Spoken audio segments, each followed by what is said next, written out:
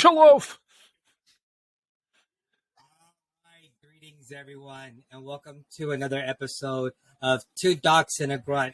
I am Doc Luis Fonseca. With us is Doc Andrew Berry, an actual doctor. I just play one in Iraq and in Afghanistan. And then we have our grunt here, Mr. Nate Emery, and our special guest, who I have the honor and privilege of introducing to you all, is Mike Cheramie. Did I pronounce that correctly? Yeah. Cheramie. He's a retired United States Marine Corps Gunnery Sergeant who spent 20 years in the Corps, and he is also the recipient of the Bronze Star with back then it used to be given the Combat V device to stand for valor. The instruction has changed a little bit, but it is for valorous. And this is his citation on April 4th, 2003, while in support of Operation Iraqi Freedom. Gunnery Sergeant Cheramie, as the leader of the security team for the Jump Command post of Regimental Combat Team 5, distinguished himself above and beyond the call of duty while engaged with guerrilla forces along Highway 6 in central Iraq. The RCT-5 Jump CP arrived at the position of an M1A1 tank that had been immobilized by enemy small arms and rocket-propelled grenade fire. As the security team dismounted from their vehicle, they began to receive a large volume of small arms and sporadic rocket-propelled grenade fire. Gunnery Sergeant immediately took charge of the situation and positioned the members of the team, began to suppress the enemy, and directed the other members of his team to do the same in order to facilitate the tank crew's battle damage assessment. During this assessment, the tank crew and security element came under direct fire. The tank commander was shot and knocked to the ground. Upon hearing the call, man down, Gunnery Sergeant quickly assessed the situation, ensured his Marines were behind cover and were suppressing the enemy, and then he exposed himself to fire and moved to the downed Marines. Seeing the need for additional medical supplies, Gunnery Sergeant once again moved across open ground to his vehicle and back to the Marines' position with a first aid kit, assisted in rendering basic first aid. Once the Marines were cared for, he then moved to the regimental vehicles to update the commanding officer. Continually assessing the situation, Gunnery Sergeant observed a high volume of fire coming from a building to the west. He quickly issued a fire command to the 50 cal gunner and directed his fire by directly engaging the target with tracer rounds from his service rifle. His fires and that of the 50 cal gunner effectively suppressed the enemy target. Realizing that the regimental commander and his jump CP were in an exposed position, Gunnery Sergeant selflessly advanced through the enemy fire and repositioned his security vehicle to shield the commanding officer and thereby facilitating the commander's ability to command and control the fight.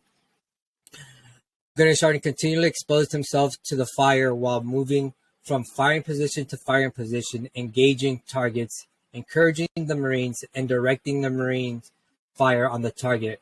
When the medical evacuation vehicle arrived, a previously undetected enemy firing position wounded the driver. Gunnery Sergeant at that time immediately located the origin of the fire and directed his men to return fire. His teams and his own suppressive fires enabled casualties to be loaded safely into the vehicle and evacuated out of the area. With the medevac complete, Gunny took charge of the remaining tank crew and moved them to a safe position, ensuring they had water and were well covered. As the enemy fire continued, he moved around from Marine to Marine, reassuring them and directing their fire. When a CH-46 casualty evacuation helicopter flew over, it began to receive a large volume of direct and indirect fire against it. Gunnery Sergeant again led the suppression and destruction of the remaining enemy forces with his calm direction to his men and his accurate firing of his M16A1 rifle. These fires allowed the Kazovac helicopter to safely egress from the area and proceed to a landing zone to pick up many wounded Marines. Throughout the 2-hour engagement, Gunnery Sergeant calmly demeanor and direct enemy fire and inspirational leadership set the example for all Marines to follow. He was personally responsible for the delivery of aid to a fallen Marine, the protection of the commanding officer during times of heavy enemy fire, and the killing of numerous guerrilla fighters around his position. Gunnery Sergeant's actions on April 4, 2003 were a great credit to himself, the United States Marine Corps, and the U.S. naval traditions. Wow, I have to say. And on the 8th day, he rested. Yes. It was something to do. Well, everyone, Mike, that is impressive, sir, to say the least. And in my humble opinion, for it to be a Bronze Star with Valor, I don't ever like to say just this type of medal, because I don't think any medal is just a medal, but I feel reading that citation deserved maybe a little higher up. But hey, we don't set those award boards, right? Well, anyway, I've known Mike about 17 years, and I met him on a website along with Nate, and I started doing my little write-ups about PTSD. He liked what he was reading. He and I have had conversations since then, and he has been one of my noisiest and loudest advocates for an awfully long time, and I'm eternally grateful to him for that. And thanks for coming on board. We appreciate you being here, my man. Yes.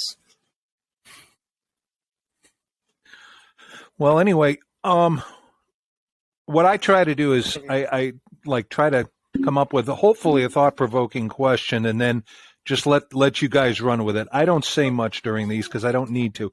This is not a psych briefing. We don't want to put our people to sleep here. So, if I may, from the conversation that you and I had, I think in 2005, you were trying to get used to going from company gunny to being a civilian and having, shall we say, an interesting time of it, getting used to being back in the world. And so my question to you is, and say as much as you want or as little as you want, how did that journey progress for you? What did you learn? What can you tell any of us? Go ahead. Learned a couple of things. One, it was hard for me to make that journey because I was basically dumped out of the Marine Corps. I retired, but my unit was still in Iraq. They flew me back to the States. I turned my rifle in. They say, hey, you go on terminal leave. Show up for your retirement. So that was it. That's how I left the Marine Corps. So it was kind of hard. But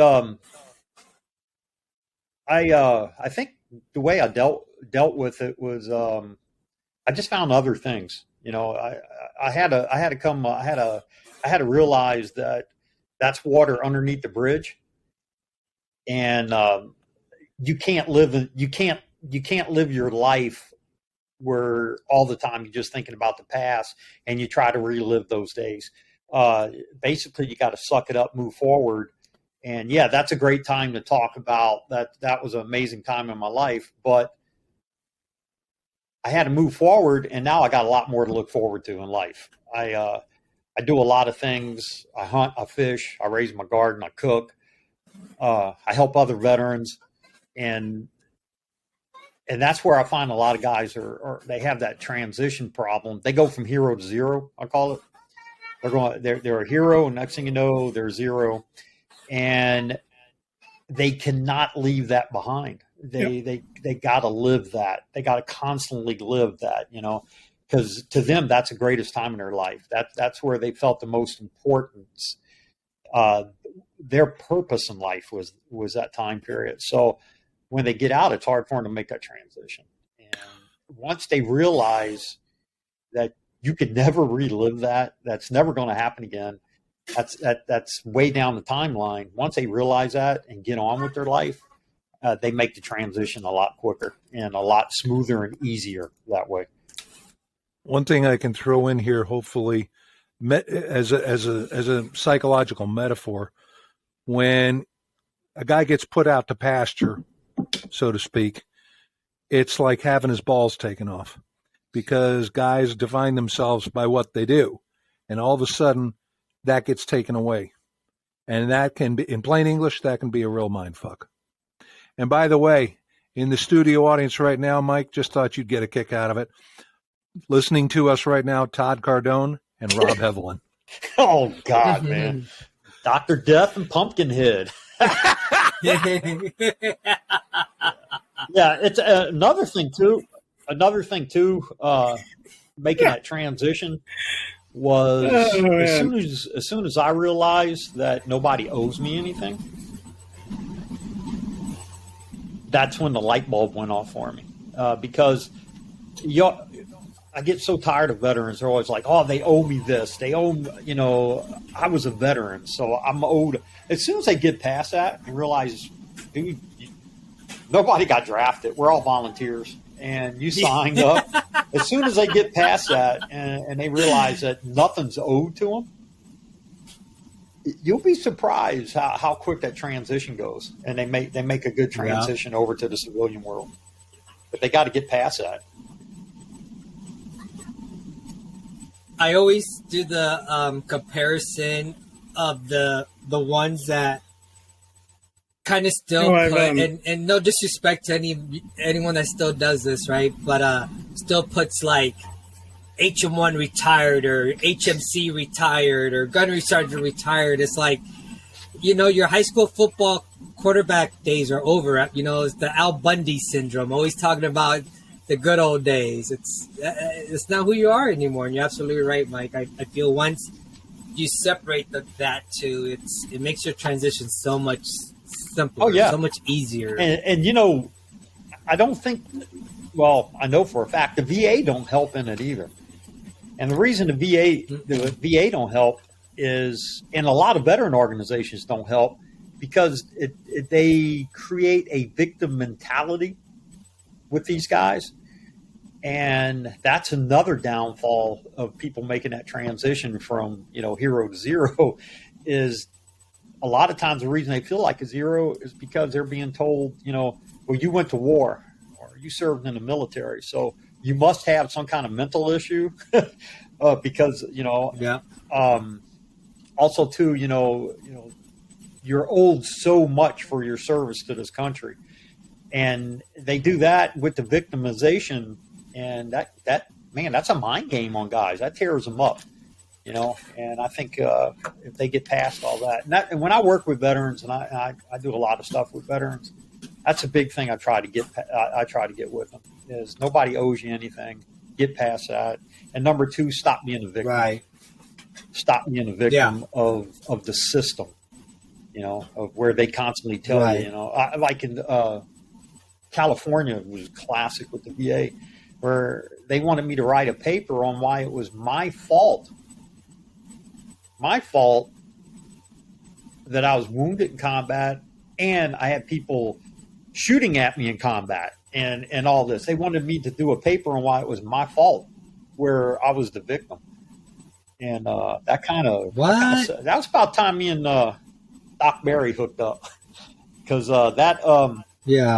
that he was a shining light on that, and that really helped me out and get me past that. But I still see that happening today. I still see that happening today. Appreciate that. For what it's worth, didn't you post a few weeks ago, Mike, that you had to have a talk with one of the so-called counselors at the VA, and they weren't quite up to par? Yeah, I've had that. that's more than once. It depends on counselor. One time I only been to one. Well, I've been to two group counselings. The first one, I got kicked out with a regular counselor, so they put me with all the Vietnam veterans. And the counselor, no disrespect to his MOS, but he Army psychological warfare outfit, and he's sitting here with a bunch of pipe hitters with some killers and he's saying that he can relate to them, and he says he could feel what they've been through and all this. And I asked him, I said, I got a question for you, bub. He goes, what? I said, you ever pull trigger on somebody? Silence in the room. I said, you ever been in a firefight? Silence in the room. I said, so how can you sit here with somebody that was in Way City or Ashaw Valley or in the Korean War? We had a Marine there from the Korean War. I said, how can you sit there and say that you understand him? I said, and that you run into that too, where you have that, or you have the people that really don't understand and they really don't care. And that really hurts guys. That hurts guys a lot. Mm-hmm. I have to clean up after that quite a lot in my own practice. By the time the guys get chewed up by the VA and they come see me, it's like I've been put on notice because of crappy experiences in therapy before they get to me. And I hear stories just like that. And it also depends on the system that you're in. When I was in SoCal, they tried putting me on antidepressants. Now you know me, Doc Bear. They tried putting me on. Yes, I do. Yeah, they tried putting me on antidepressants. And they told me I was depressed. I'm like, I really don't feel depressed. Oh, you was in combat, so you got to feel depressed. I'm like, no, I actually kind of had fun with my guys. I mean, it was like a spring trip for us. It was horrible and miserable, but it's one of them things, man. It's like for a Marine grunt, that is like an apex of your career. That's what you train and do. So, but they were like, oh no, you have to be depressed. And they kept trying to, it was just horrible. When I got here in Louisiana, I got a VA counselor. He goes, you ever fly fish? I said, no, man, I don't fly fish. That's what them weird people do, man. All that fancy. Well, anyway, now I own several fly rods and I tie flies. And the reason he made me do it because he knew it was going to be frustrating and aggravating. And what it did was it got me doing something new and thinking. He's also the one that got me into bow hunt. And because he said, you got to let the animals get. He just went through the whole thing with me. But a lot of it has to do with what system they're put into. If they're put in a area where they got a really good VA system, they'll get the help they need. For most part, they're still lacking, but for the most part. But if you put them in a system where they're just a number and they're just kicking, you come in, you're depressed. Here's some antidepressants. Get out. Well, that's one of the things that's so frustrating and bizarre, because some guys swear by the VA that the one that they go to, and I guess what, I believe them. Who would I be to state otherwise? But then I run into others who wouldn't set foot in the place ever again. So it's like you throw a handful of quarters up in the air. Some land face up, some land face down. I just wish they were more consistent. But on other podcasts, for what it's worth, Mike, what happens is the folks who wind up working there, this is just what I've heard from vets who've gone there. They're like fresh out of grad school. They need a starter job, and then they are micromanaged. They have to follow a formula, a manualized treatment manual. In other words, they're telling you what you're going to do, how you're going to do it, with whom you will and will not work, and then they draw you in paperwork. And by the way, you're going to, in the VA system, as a psychologist, you're going to make, if you're lucky, maybe half of what you'd make in the public sector. And these people didn't spend 8 years in grad school and undergrad to be micromanaged. These people, at least those who want to get into it for the right reason, they don't want to be micromanaged and told what to do and how to do. They want to be able to cut loose so they can develop their own style and develop their own rapport with the vets. And this is something Luis was telling us, when they're reading out the questions out of a book, how is that therapy? I would say it's not. Yeah, and that's why I take a lot of veterans hunting and fishing, because I found it's amazing when you sit in a boat with a guy for 4 hours and the only thing you talk about is the fish. Mm-hmm. And next time you take him, something may trigger him, and he may open up and just spill his beans to you out there, and he's good to go. You know, you just gotta, you know, it's up to the individual, not up to the individual, but we're all individuals, and certain things work with certain people, and that's a problem. Like you said, you run into the VA, and it's not just with mental health; it's with the regular GPs. Where I've been in there, where somebody is a younger doctor, and they have to bring an older doctor in to give me an injection, because they have to make sure they're doing the injection in the right spot. And I'm like, man, why'd you go to all this school when you got somebody telling you what to do? Wow. Yeah. And that's it's new plausible. It's they have to do that, and the reason they have to do that is because it's a government, it's a bureaucracy, and everything. Being all military people, we know it's all you got the flow chart and got the checks in the boxes that you got to follow, because nobody wants to be the one standing on the carpet saying, hey, I tried it my way and it didn't work. Nobody wants to be the one that does that. And categorically, I would go so far as to say, so many of them told me, I don't want pills. Yeah. I want somebody to listen to me. And I say to them, well, you come to the right place. I mean, talking with you, I'm telling you, I was at the point where I was about ready just to check out. When I mean check out, I ain't talking suicide. I'm talking just check out. Like, you know what? I can just live on my ranch, shut the gate, and I can isolate and just do my own thing. But talking with you, it was like, wow. I mean, and 99% of it was you listen, and 1% was you would inject something to keep me talking, and that's all I needed. That's all I needed. That's all I do here. Yeah, and get paid good money, Doc. It's funny that you. I don't get paid. It's funny that you mentioned that. I know not for this, but I mean, if I had your education, man, I'd be. But my plan when I retired from the Navy was I wanted to buy 500 acres and build a house directly in the middle of that 500 acres. So I have 490 acres around me so that no one would come near me. So I thought the same thing, like, yeah, I was going to retire and just check out, be done, you know, but Fields of fire. Here I am still.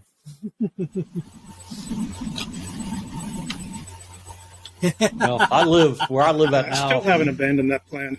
We got a small piece of land, but I've got over 125 right in my backyard. I got 125,000 acres of state-owned game management areas, Rio. Oh, so yeah. It takes me 10 minutes to launch the boat. I'm on the water, and I can go in the marsh to spawn. Oh, that's whatever beautiful. to get away from it. But you see, that's another thing too. Is I got things to do. I have things to do. Like this morning, I'm out there working in the garden. You know, I'm picking stuff. I'm canning. I'm pickling. I'm hunting. I'm fishing. I always try to learn something new. I'm always reading, and I'm always trying to learn something new. A lot of these guys, what they do, they sit on the couch, and the only thing they do is watch the news. Yeah. Oh. Hoping to relive the old glory days, right? And you're absolutely right, Mike. I recently had a Master Chief, right? So an E9 in the Navy called me about a month ago that had just retired, and he had called me about 2 weeks before he was retiring, just scared, like, what am I going to do? How do I transition? And I kind of basically told him the same thing, like, you got to let that shit go. The Navy's been 240 plus years moving without you. Guess what it's going to do after you retire? It's going to move on without you. Can you speak up a little bit? Hard to hear. Oh, yeah. Can you guys hear you? Yeah, that's better now. Yeah, much better now. Yep. Okay. So like I was saying, they make that transition harder because they don't find, per se, another brotherhood, right? Whether they go to the VFW or to an American Legion, or like in my case, I ended up something I want to do my whole Navy career, just never found the time to do it. I became a Freemason, so I found another organization to be a part of, a brotherhood, right? That stands there. And then I just stay in contact with my old Marine brothers and my old Navy guys too, and keep that connection. But you're right. It's you have to find your own purpose for however long you're in the military.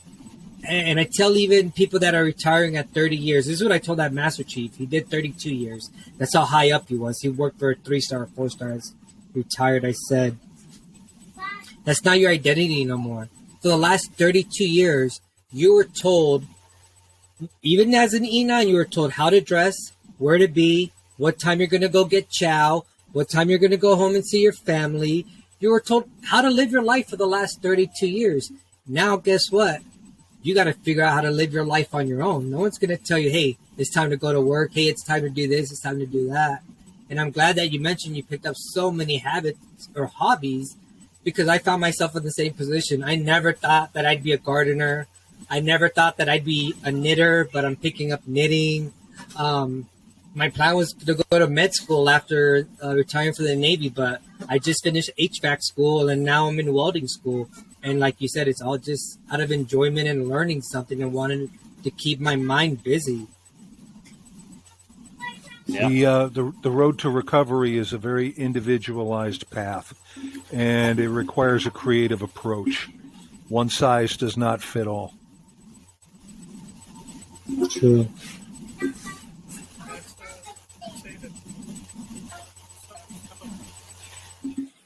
Yeah, it's. I'd say that some of us, not just to include me, but I think some of us veterans don't recognize that, like you leave service and you're going to do something completely unrelated. Then you have to stop being that person and recreate yourself. And then other people decide, that when they retire, that I'm going to keep doing that same kind of stuff. So for them, it works, to still have the warrior mentality or to be around them because it's what they're doing. So it's compatible. The problem comes in is Good metaphor. when you're trying to drop one pack and you won't pick up the other one. It's Yep.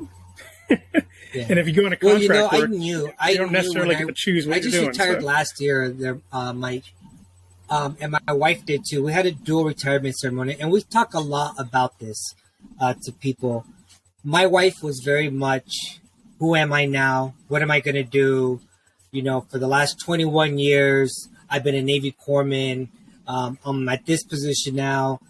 For me, my last 3 years, I was so ready to retire that when people are like, Luis, how'd you transition so smoothly? It's like, because honestly, in my mind, I transitioned 3 years ago. I just had to wear the uniform for 3 more years. And I didn't let the uniform identify all of who I was. I understood the old crusty chief that once told me, he retired as a senior chief. He goes, everyone's going to take this off for good one day. Everybody is, but everyone acts like this is their identity for the rest of their life. And it's not. It's a small little piece of that puzzle, right? That makes us who we are. Yeah, I retired on a Friday, and that Monday I was in farrier school. I got 320 hours of farrier science, equine anatomy, physiology, and that kind of helped me too, because that was totally away from the Marine Corps. And then later on, I ended up actually going back and working with First SOTG, and I went to First SOTG, started working, and then I ended up working some contracting work for Department of State.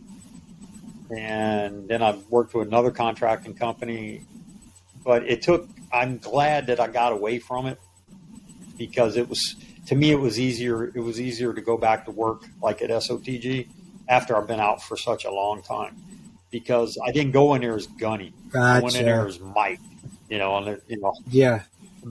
hands in the pocket. All right, guys, this is how you shoot. And when you see the other guys, I know guys today, they're still, yuck. I'm like, dude, man, Yeah. chill out. But that, Like, let that shit go. plant. You've been right. You've been retired longer than you even served. But you see them, right? You see them, and just like no one's mental health, can be treated exactly the same. No, there's no cookie cutter. Same like just no one's transition out is no cookie cutter. But I think we can all agree that to help that transition, first and foremost, you have to understand that you as a Marine or as a Navy personnel or airman, soldier, whatever, that wasn't your whole identity. It was a piece of your life, right? It was just a big piece, especially if you did it a whole career, and especially if you deployed, and saw action. I believe it was a big piece of your life. But you have to remember, that's not everything, and I think we all can also agree that you have to find those, whether you want to call them hobbies or social clubs, that that new network now, right? That leaves, because you hear a lot of times, especially with people, that retired after 20 plus years, like, yeah, you wake up that next Monday after retirement and your phone's not going off, The other gunnies aren't calling you anymore. The first sergeant's not calling you, right? And you realize real quick, like, oh shit, yeah, everyone did move on. The Navy and Marine Corps do move on. Yeah, that was a shocker too for me. Was like you said, my phone wasn't blowing up, and I wasn't getting called to fix stuff, and and I wake up 2 a.m. I used to wake up 2, 3 in the morning. I'd hear a radio handset click. I'm laying in my bed. I'd hear. I'm like, oh wait, I'm in my bed. I'm sleeping. I don't have to check that. I don't have to get up and go check on the boys or anything. That's a hard. It was a hard transition, but boy, once I made it, man, it was like I'm sleeping in. I'm growing my hair out. I'm just gonna relax. Let me just jump in here. For some, it's good that the transition was comparatively easy for you. And this is a story I've told on a number of occasions. I don't know if you've heard it yet, Mike, or not. Luis and Nate have. When I was working, I started my career as a diagnostician at state-run Supermax out in Kansas. And I had a Vietnam vet come in who caught his first federal charge. And it was my job to read the guy's rap sheet, interview him, and come up and write a report and come up with program suggestions. So this guy mentioned he had seen combat, and he had that expression on his face. So one of my standard questions is, for the combat guys, is, did you lose anybody? And more often than not, they tell me about their best friend who was cut in half by a machine gun right in front of them, or something equally grisly. What this guy did was he surprised me. The color surged to his face, and the tears started rolling down his cheeks, and he says, Doc, he says, I miss me. I used to be a nice guy. Yeah. And I have never forgotten that guy. Anonymous Vietnam vet, God bless him. I hope he found some peace finally. Because what he was speaking to was what I call a shift of personality, which is to say, you're not, especially if you've seen combat, you're not the same person as you were when you first went into the service. Now, why is that? It's because with combat, and the entire central nervous system is affected to varying degrees, but with some it's worse than others. That means, in plain English, you don't have the same brain going out of the service that you did when you went in. And it goes way beyond normal developmental aging. It's the central nervous changes, the brain changes because of the adrenaline blasts that go on and on and on. The lack of sleep, the non-existent diets, cortisol. Yeah. And from everything you guys have ever told me about MREs, that should stand for my rectum explodes. To say nothing of the terrible memories and everything else. And is it any wonder why when a guy gets out and finally can actually listen to himself, it's like he's realized how much he's changed. His wife knows this. His family knows this.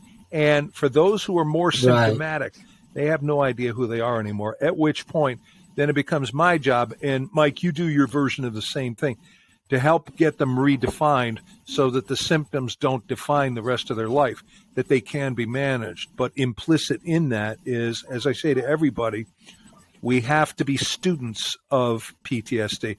You got to be students of your own PTSD because it's going to be different and it's a moving target. And I'll shut up now. Good. I mean, not good to shut up. You nailed it, man. You nailed it. Right?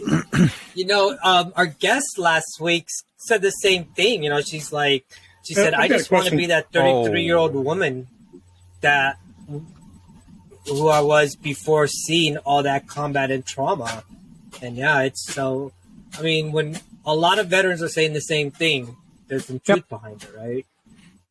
Yeah, it's, when I moved back to Louisiana, I talked to people that I went to high school with, and, you're on the Mardi Gras route, you see them and all that, you're talking with them and all this.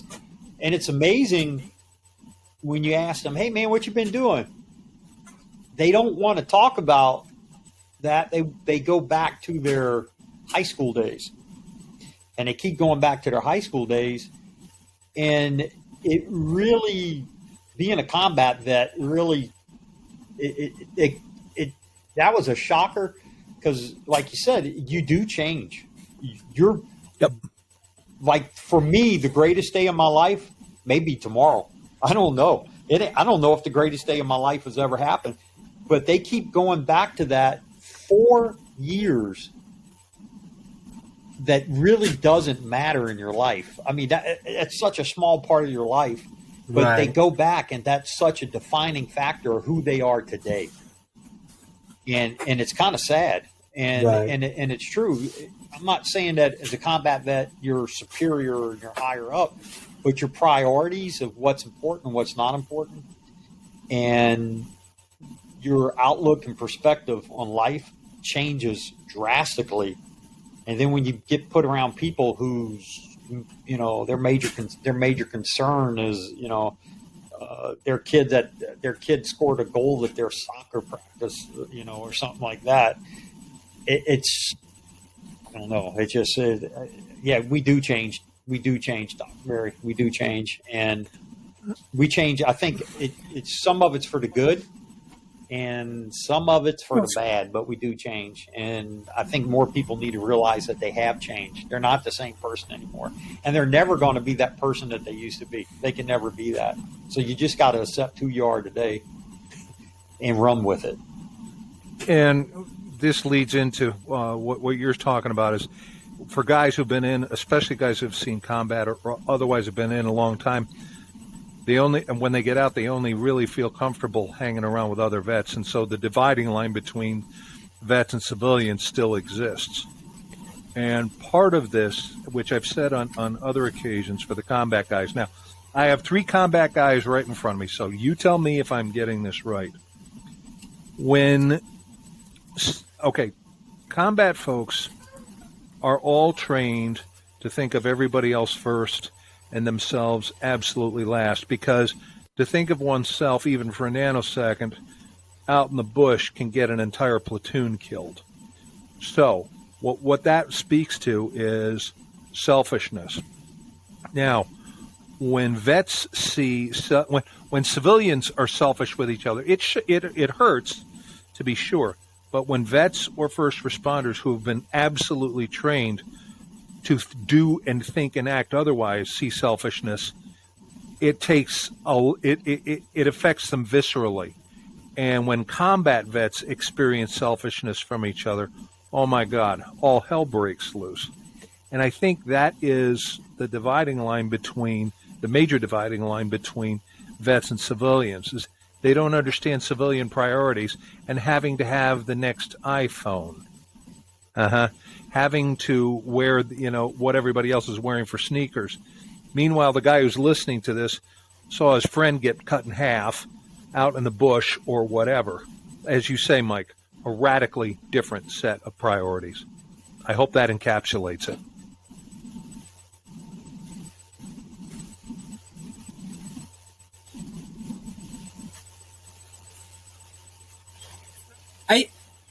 Go ahead, Nate.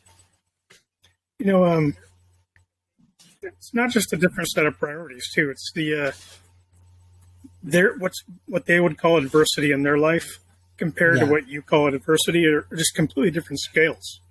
They just, you know, when you listen to somebody tell them about, you know, the bad test that their daughter or their son had, it was like, I don't know about you guys, but I try to empathize, and because I know it's important to them. But and then if they ask me something, I don't even want to share because it seems almost like if you're going to share something, it's almost like you're trying to stomp on what they had. Like you're one-upping them. You just kind of let it go by. Not, you know, last year it's not even that you're trying to Hurricane Ida. It's just not even in the same way. And the hurricane northeast eye wall, which is the strongest, pivoted on our house, like right where we live. We had hurricane forces for over 8 hours for hurricane force winds. And it was amazing. After the hurricane, the next morning we go out, we take a survey of the yard, and then we start working like little beavers. Okay, we got to cut trees out of the way so we could function. We got to get the generator started. We got to do this. We went almost 3 weeks with no electricity, and we took cold showers. And it was like we were happy that we had cold showers. You know, we had running waters, and we were ecstatic. And there's other people, they had meltdowns because they had to take cold showers for 3 weeks, or they had to eat, you know, or what was the other one? The food. Okay, we would eat MREs for lunch. I'd cook eggs that we got out of chicken coop for breakfast. And then usually in the evening, I'd cook some rice or whatever we had, or pull something out of the freezer so it wouldn't go bad. But we just lived each day as each day. And our priority was survivability, and we were happy because we still had a roof over our head and we had running water. Where some of my friends I know, they lost their mind. They absolutely lost their mind because I don't have hot water. I don't have electricity. I can't go to the store. I can't do this. I can't watch a movie on my TV, or I don't have cell phones, or all of our cell phone towers got wiped out. And that hurricane really put that where, like you were saying, adversity, what we take as adversity and what they take as adversity, or what they assume as adversity, is two different things. You know, I'm happy we got a roof on our head. Yeah. Nobody's dead, and we got running water. Go. You know, we're go.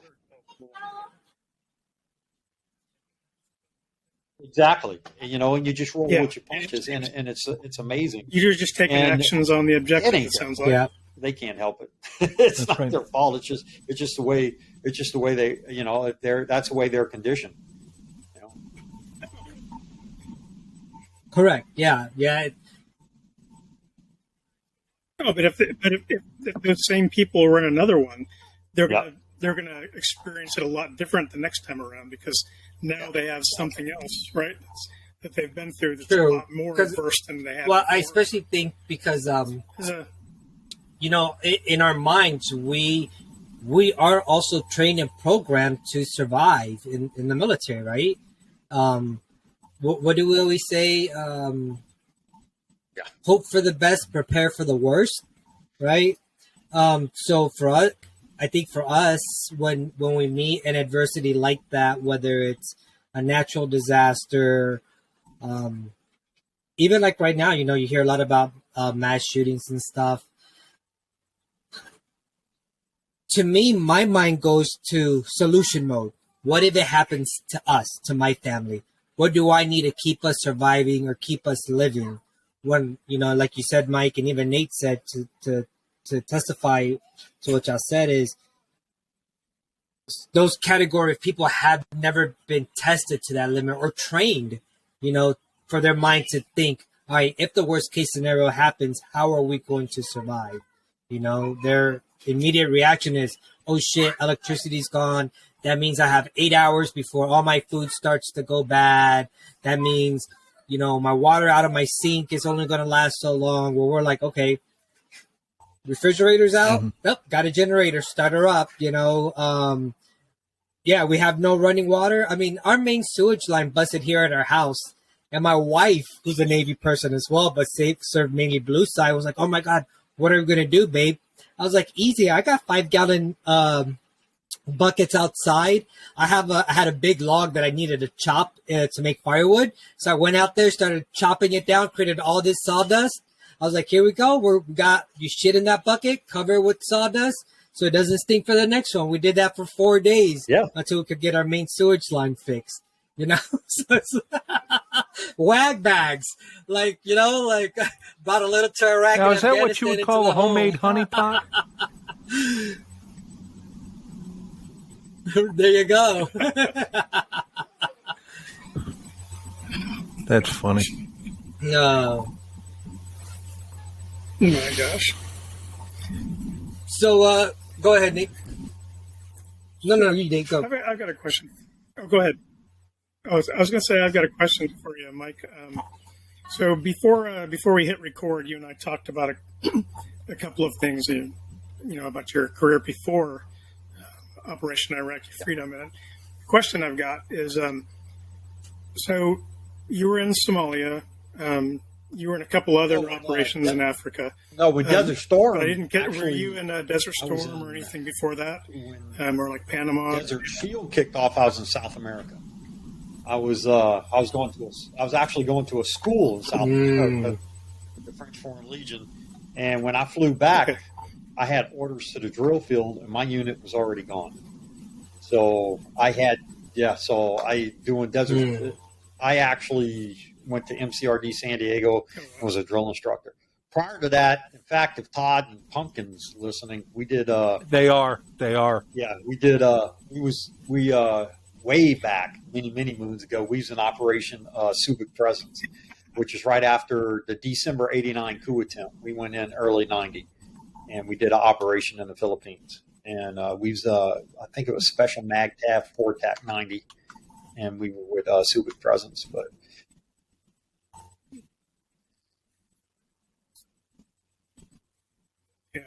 no. Training. I went through the French Foreign Legion Jungle Commando School. Unitas, or is it just training? Yeah, I was reading about that. That was pretty crazy. You spend so many years in the military, and you don't realize so much diverse training is out there. And that was the first time I'd ever heard of anyone training. Yeah, Heavenly went. I believe Heavenly whatever went you were mentioning, Mike. Yeah, he's listening right now. He is. So when you had what I would call a non-typical infantry career, because a lot of times people go and they do the standard, do a CAX, do your workups, deployment, come back on block leave, lose half of your people, and then you start over again, right? And it sounds to me like you were in the right places at the right time where you got to do the different training. You ended up on a bunch of different exercises and ops, and in imminent danger quite a few times. What would you say? What role, if any, did that prepare you for 2004? Had you not been in those situations before and faced that kind of adversity, do you think it would have, you would have been as, calm? That's a good question. And able to think through things as well as you did at the time. Honestly, because I think a lot of people don't realize it. I don't think I know it. Actually, having all that experience prior. That was one reason why they put me in the position I was in. Then it was Colonel Dumford, who retired. Now he retired as the chairman of the Joint Chiefs.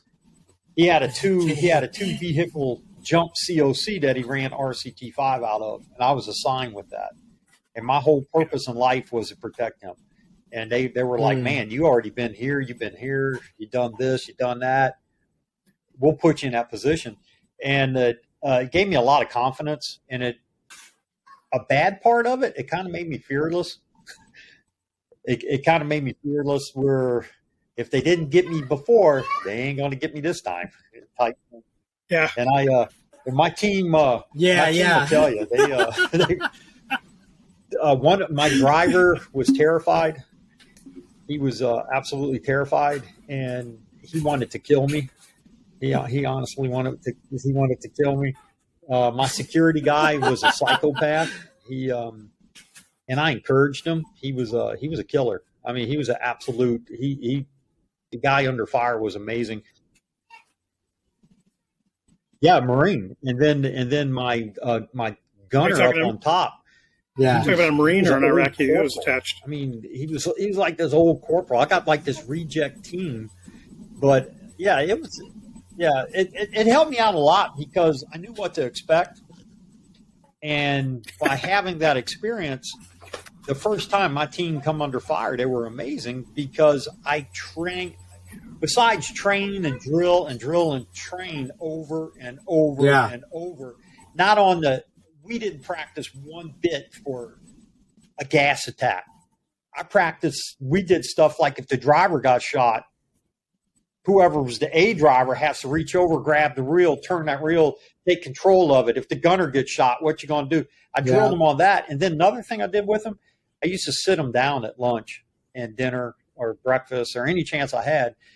And I would tell them and be honest with them. Like, you're going to want to piss your pants or shit your pants first time around goes over your head when you hear the crack. And I really worked with them hard. Besides drilling them really hard, the mentoring. I mentored them to a point where when they did get fired, they were amazing. They were absolute. Right, mentally and physically prepared them. And like I said, because of the position I was in, I didn't have to report to nobody. So I didn't have to play none of the reindeer games. So when we trained, I trained them on important stuff like how are we going to get a box of 50 cal ammo from the back of the Humvee up, across, in, how are we going to change the barrel out? If the 50 goes down, can we change a Mark 19 on the move? I mean, we did stuff that was insane, and it paid off. It paid off, And it was kind of weird going from a company gunny to having, I was in charge of 3 men. That was the craziest thing in my life. Well, yeah, the reason why I preface that so much is for a lot of people that are watching this or will be watching it later is most people don't know that because we've had 20 plus years now of war. People don't recall necessarily that from 1996 until March 2003, there weren't a lot of combat veterans left in the Marine Corps, and there were very few around. So the fact that you had been through as many places as you had been before and were still around in 2004, when that kicked off, you were a huge asset to RCT5. And, people who aren't familiar with what a jump CP is, that's a vulnerable position to be in a jump CP. For the civilians, can you tell what this stuff is? And there's not a lot of people there,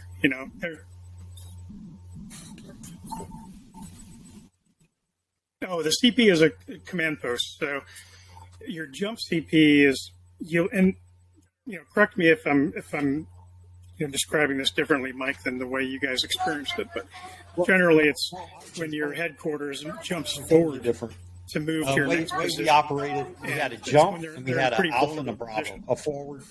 An alpha and a bravo. Okay. And so what happened was the main is if the alpha was in place, the bravo got up and it moved forward. And then they'd set up the jump COC. The only way I can describe it in a historical aspect, like Erwin Rommel, when he ran the war in Africa with one little vehicle. So we had the regimental commander in the forward vehicle running everything. He's talking to either the Alpha or the Bravo command, and he's up. I mean, we were in combat from when we crossed the border until we secured Baghdad because he was with the forward element and he was in fights. He was in a soft Humvee. I mean, it was crazy. We would have to like put my Humvee on one side of him, and he'd have to get on the side of a tank as we're going down the road. Because I mean, he's in a soft Humvee. It was insane. The man. No, this was General Dunford, then Colonel Dunford. Yeah, and Colonel he was Nicholson? under fire. Okay. The man's amazing. Calm, cool. Dunford, okay. Doing that, when I got my Bronze Star, we got a guy down on the ground, shot through the jaw. We got stuff blowing up. We're killing people. Stuff's going crazy. And he's sitting in a softback Humvee talking on a sat phone to somebody, and then got a handset. And I was going over briefly, and he goes, "Oh, thanks, Gunny," and he'd go right back to talking and directing the war that way. It was absolutely, I mean, it was. Let me move this to you. You know, that's a huge, and hopefully one day we'll get some of these colonels and lieutenant colonels that were there at that time. But I really, one of the things I would like to ask him is like, how much of that was you were doing it because you knew you were being watched and you were setting the tone right for that CP? Yeah, because I jumped COC was 8. Everything was going to go to shit. It was 8 how people. much of it was it He just ran really the didn't regiment. bother you? Yeah, because he wanted to be with the forward element so he could control. You know, it actually worked really great, but it worked great for the regiment, but it got a little sporty for us. It got a little sporty for us. It got a little sporty occasionally. Well, you know what I think is, and Mike, this is my first time meeting you, right, brother? Is the character of a great leader, a good leader, an effective leader, whatever term you want to use, is when you can take a company of misfits, right? The ones that are always getting in trouble, don't want to shave, don't want to polish their boots, and you can make them perform at a level that they didn't even expect they would perform. And that's because they don't want to fail you as their leader. They knew the credentials you came with. They knew that they could trust your leadership. It's like I tell people sometimes too is, Yeah. Hello, yeah, it is Phoenix. Phoenix. Phoenix agrees too, everyone. So, you know, it's like I tell people, you know, a great leader can tell a group of men and women, put on these gasoline-drenched boots, walk through that fire, but you have to walk in this manner, and I guarantee you won't get hurt. And those men and women will gladly put them on and do exactly as they're told, right? But training, I think training is number one. The number one way to combat, you know, that fear, that scare, is to train. And you have to do real world training. And I think the most empowering thing I ever had in my career was when I was an E5 in 2011, 2012. And I got sent up to Afghanistan with 3-3. And my first sergeant and company commander pulled me in the office, said, "Okay, HM2, you're my senior line corpsman." I said, "Yes, gentlemen." They're like, "We know your history. We know what you've done. You just need to train the corpsmen." And I said, "Okay, I get that." I said, "But are you going to let me train them the way I need them to be trained? The real world shit, not the shit that's in the books." And all they told me was like, "Doc, whatever you need to do to get these men ready." I had 14 corpsmen. Out of those 14 corpsmen, only 3 of them had ever deployed or seen combat. And so that's why the chief put me in charge of it. And I also was the only one that didn't have a provider overseeing him, right? So I didn't have an IDC or a doctor or a PA. So I said, "Okay, well, let me train them the way I need them to train." And that's why I tell a lot of people, and they don't believe me. I appreciate that I was awarded the Navy Cross, but that belongs to 18 men that didn't come home that day. I'm just the one that wears it for them. But my most prideful one is my comm from 3-3 as an E5, because first of all, you know, the Marine Corps doesn't give comms to just E5s, you know, but it's because that citation reads how my corpsman took care of a mass casualty. We had already condensed down. We're closing down FOBs and other little CPs. And so the whole company came down to our FOB, and we had a mass casualty. And 9 casualties, and all of them were alive when they got on the helicopter. The dust off even called back to the company commander and told him, "We don't know what your corpsmen are about, but that is probably the fastest medevac call with stabilized patients that we have ever gotten." So yeah, I think, it's a testament of leadership and who you were during that time, and your credentials is what allowed you to lead those men and do what was right. And maybe not to disagree with you that, Mike, and you can say, you're a gunnery sergeant. Who gives a shit who is watching you higher up than you? In my opinion, it was more like your junior Marines, whether it was 1, 2, 3, or 150 of them. It was your junior Marines that you should have. Oh yeah, I got you. Well, that's what I meant. Yeah, because I read too, Mike. I mean, you went to sniper school too, didn't you? A sniper in Mogadishu. But one thing that helped me, I already had my retirement papers in. So they took me basically terminal leave. I spent terminal leave in combat. I already have my retirement papers in, so they drug me along. So I kind of had my attitude was I had a very relaxed, chilled out attitude, and I had a very relaxed, chilled out attitude, and I was very like I said, when it comes to training, we trained super, super hard, but I also I don't know. I wasn't. There was no game. Like I said, there was no games involved. We were just straight to the point.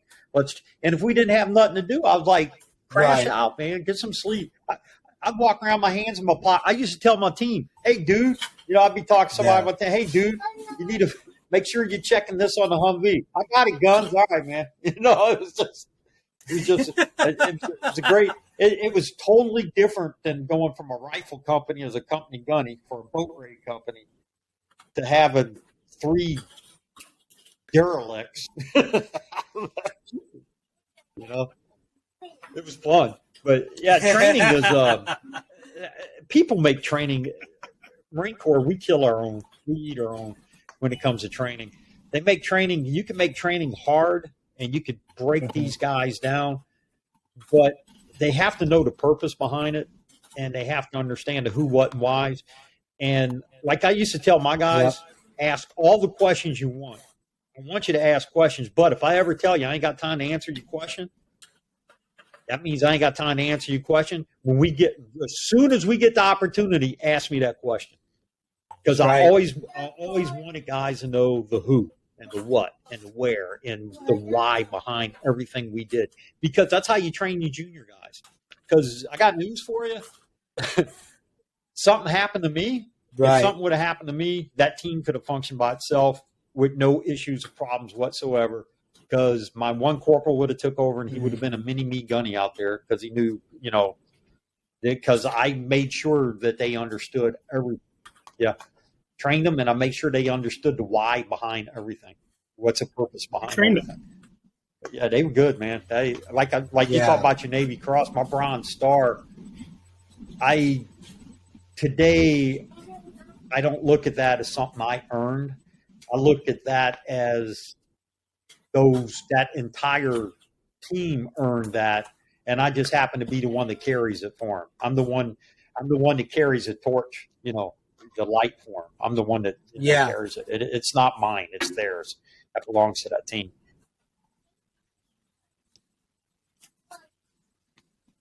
Yeah, and I can almost imagine. And this is how I was brought up. I went straight from Navy boot camp to field medical school and then straight to 2nd Marine Division. So I was brought up with that old school mentality that leaders lead from the front. And I can't tell you any time that I went to company PT or platoon PT and my leadership was not there.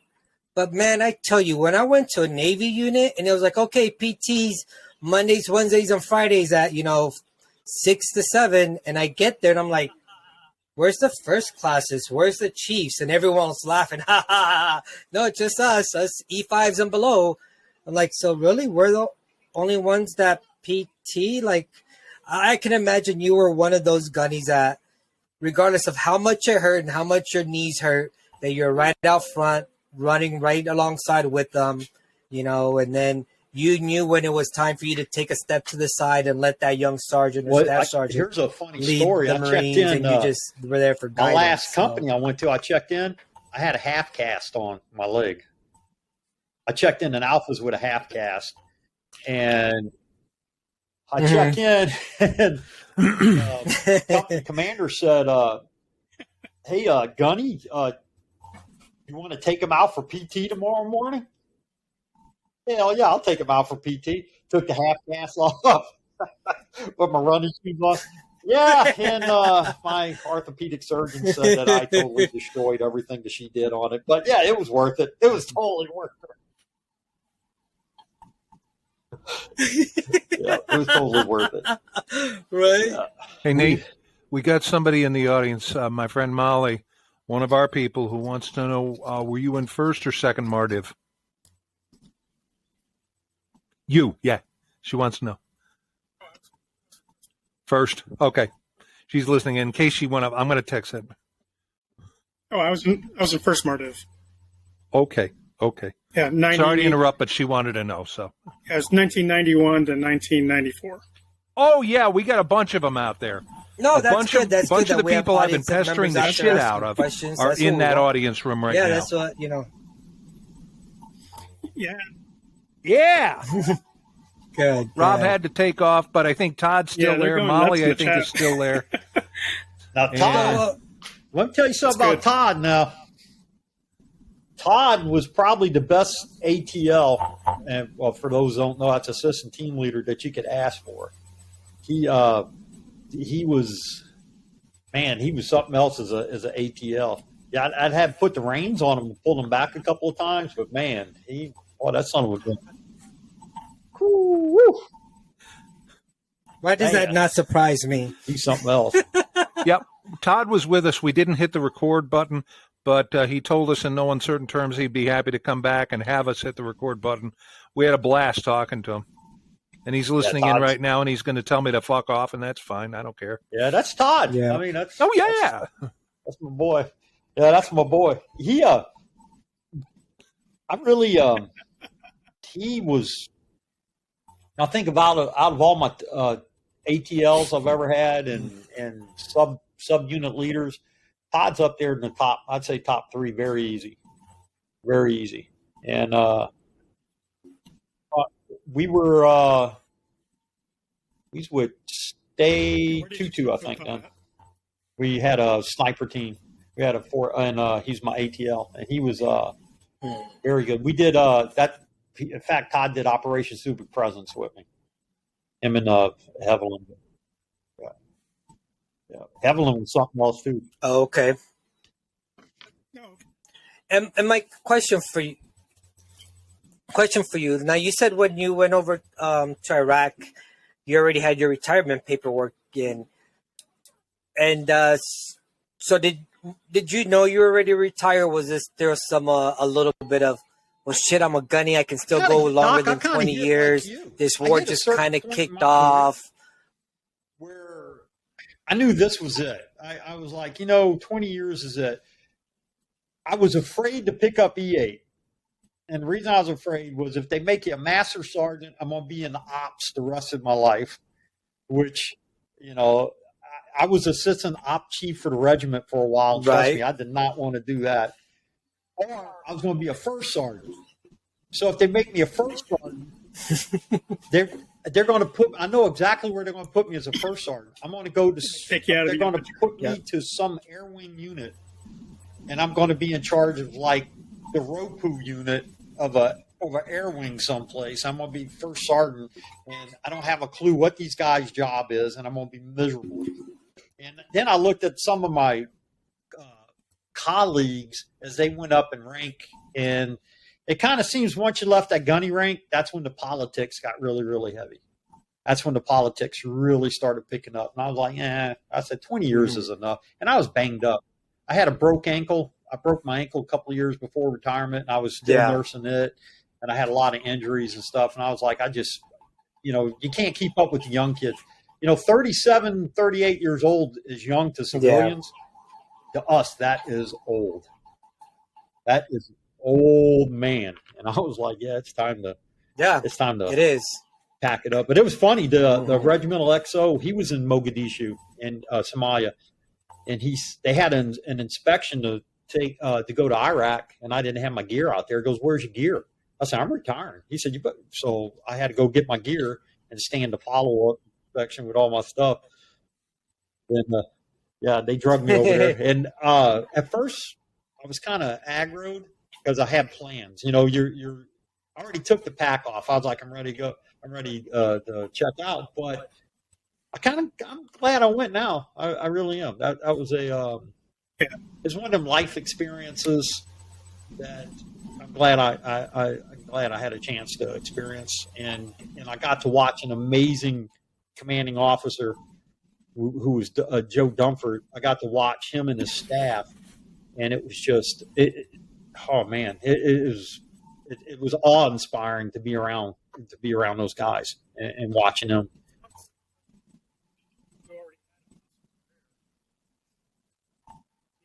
It sounds like you already had an awesome career, and then being held. Yeah, it was from retirement. Sounds like it just. That was it. That was like I couldn't think of a better way to go out in the Marine Corps. I could not think of a better way to go out. I mean, they did dump me out on a tarmac. I had to go turn my weapon in. My unit, nobody's here. And okay, you're retired. Have a great day. But I couldn't think of but that's the way to end as a Marine. You come straight out of combat, turn your gear in, go home. Yeah. Yes. Just go home. You're absolutely right. I don't think, yeah. And I love, Mike, I love how you say it.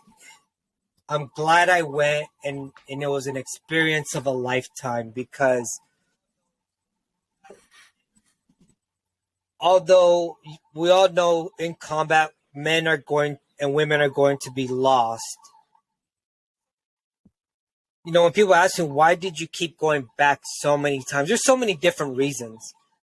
But one of them is that experience. And the older I got in the Navy, me passing that knowledge and that experience onto those young corpsmen, and then watching them go out on their patrols and hearing how great they do out there. It was, now I can look back kind of like you say and say, man, take the days that we lost, good men and women, take those days away. It was one of the most amazing experience and most humbling experiences I think I'll ever have in my whole entire life. I can't even remember names half them towns.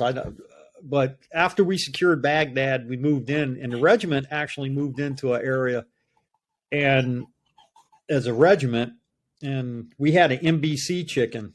Remember, we had them little chickens that we used to have to ride around with. We had one named Geraldine that survived. And they used to bring Geraldine out, tie her up, and let her play in the grass. It was all Iraqi base. And I used to go out there, and I used to shave in front of the regimental headquarters every morning on hygiene because I was on terminal leave. So I would walk out there, and everybody be peeking out the windows of the buildings and looking, from vehicles. And they'd be like, what the heck's Gunny doing? And I'd walk by my flip-flops and, my silkies, and I'd be out there shaving and talking to the chicken and all that. But what I really liked about that was when I talked to Marines that I knew throughout my career, and some of them I was company gunny for, and watching them from privates and when they first come in, and then sitting with them after they experience combat like that and talking with them and watching how they matured not just as a Marine, but as a human being. And in talking with them, even though I outranked them, now I had something in common with them, and to me they were my peers. Even though they were lower ranked, they're my peers. And that week or so that I spent there, man, that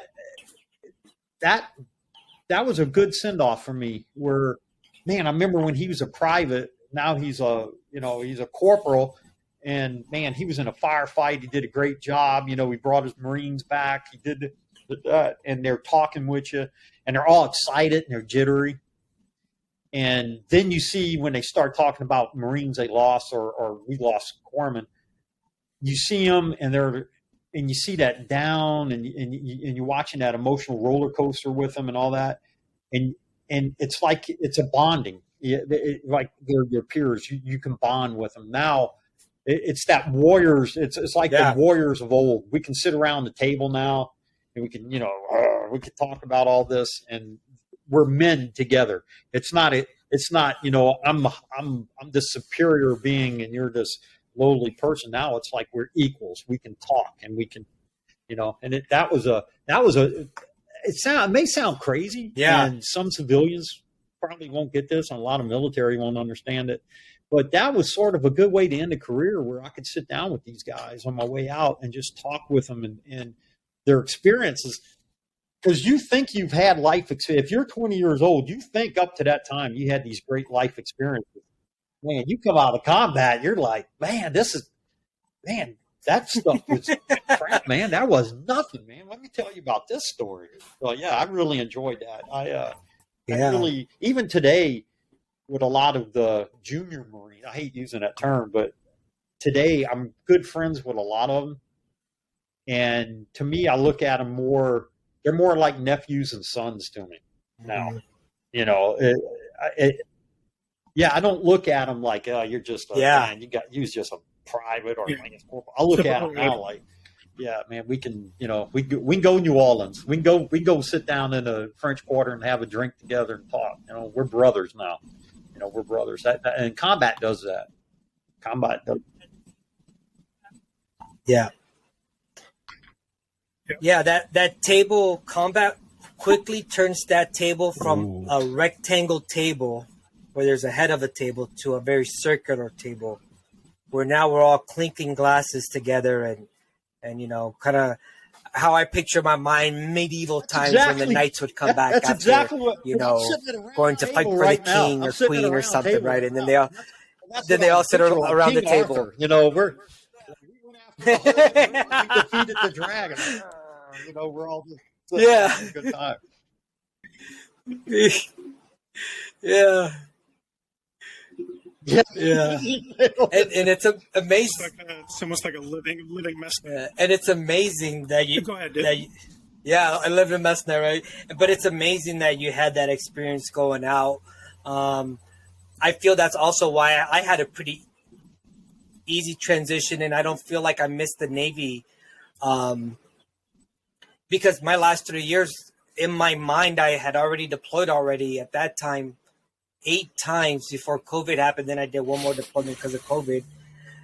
So for me, it was anyone that I saw wearing the uniform was truly a little brother and a little sister to me, because I knew at any given time they could be sent somewhere and never come home. And they didn't need another crusty old HM1 to get your fucking head out of your ass, you're stupid, blah, blah, blah. No, they needed someone to sit down and be like, hey, look, if you're going to make this a career, I'm telling you right now, there's going to be another war, and you have to mentally prepare for that. And you can sit down as a human being, right?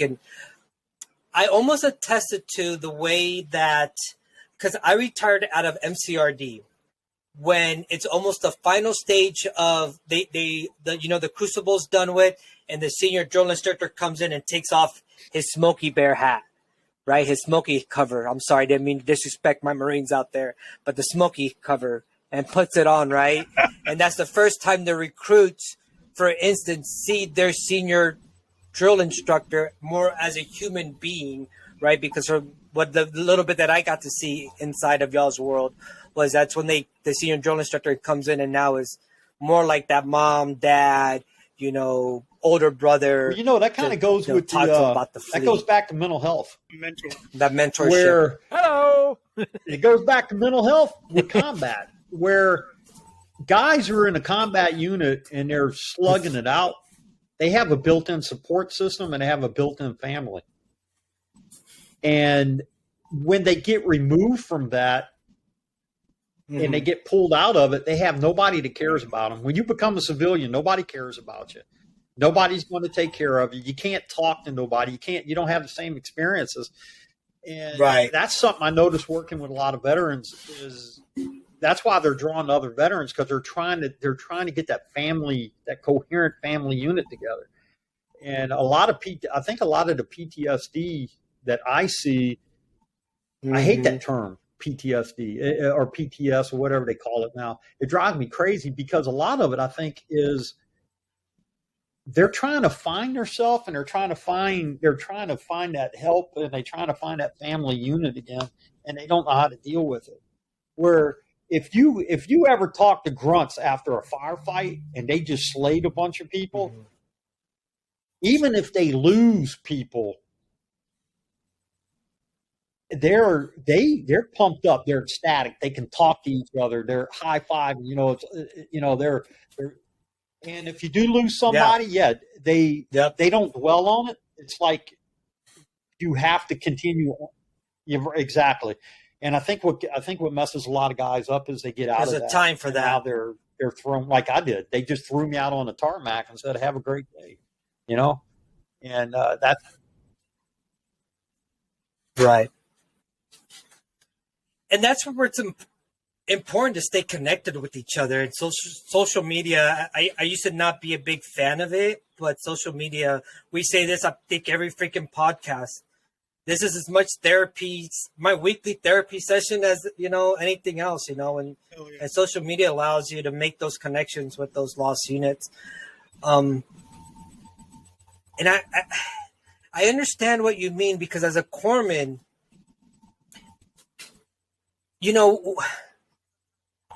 for the ladies out there watching, forgive me, as a corpsman, sometimes we call ourselves the whores of the Marine Corps, because if a unit needs a corpsman, they'll pull them from anyone else, and then you have to go serve alongside some of these Marines that you might have only known for 2 weeks, and now you're in country, right? Because their corpsman, for whatever reason, couldn't make the deployment. And what I found difficult was that part where I had gone out with so many different units and so many different firefights with grunts. And what a lot of people don't realize is I've actually been in more firefights with MLG, because we're running convoys and hitting IDs daily, than I ever have been with the grunts. So it's hard. One thing that it was really hard for me was with my TBIs and all that is remembering all those important people. And when they find me on Facebook, "Hey Doc, remember this?" And I'm like, "Oh shit." You put on that fake, "Oh yeah, what's up, bro? Hey, what's up, sis? Yeah, how's it been? Long time," right? But deep inside, I'm like, I got people from 1983. Where do I remember them from? And it's hard sometimes too. That's what gets me down. Oh man, I don't even remember my drill instructors' names, guy. Yeah, stuff. Because I don't know, and I don't know. Stuff you thought you'd never forget. It's amazing when they start talking with you, how stuff that you forgot, it triggers. And you're like, "Oh my God." And you start remembering, it's like the memories start coming back. And you're like, you may not remember that person exactly, but you start remembering. Yeah. It's like, wow, man, I forgot about that chapter in my life. Oh, yeah. I got it. Because that TBI, I tell you, I think a lot. TBI is that's a killer for me. That's man, it tears me up. I used to have a photo memory. Yeah. And now I got to write notes on everything. And I photographic memory. If it's horrible, but it's doable and it's workable. And I helped a lot of guys with that too. And I'm the sticky king. I put stickies on everything, and I write notes and everything. But yeah, the TBI, yeah.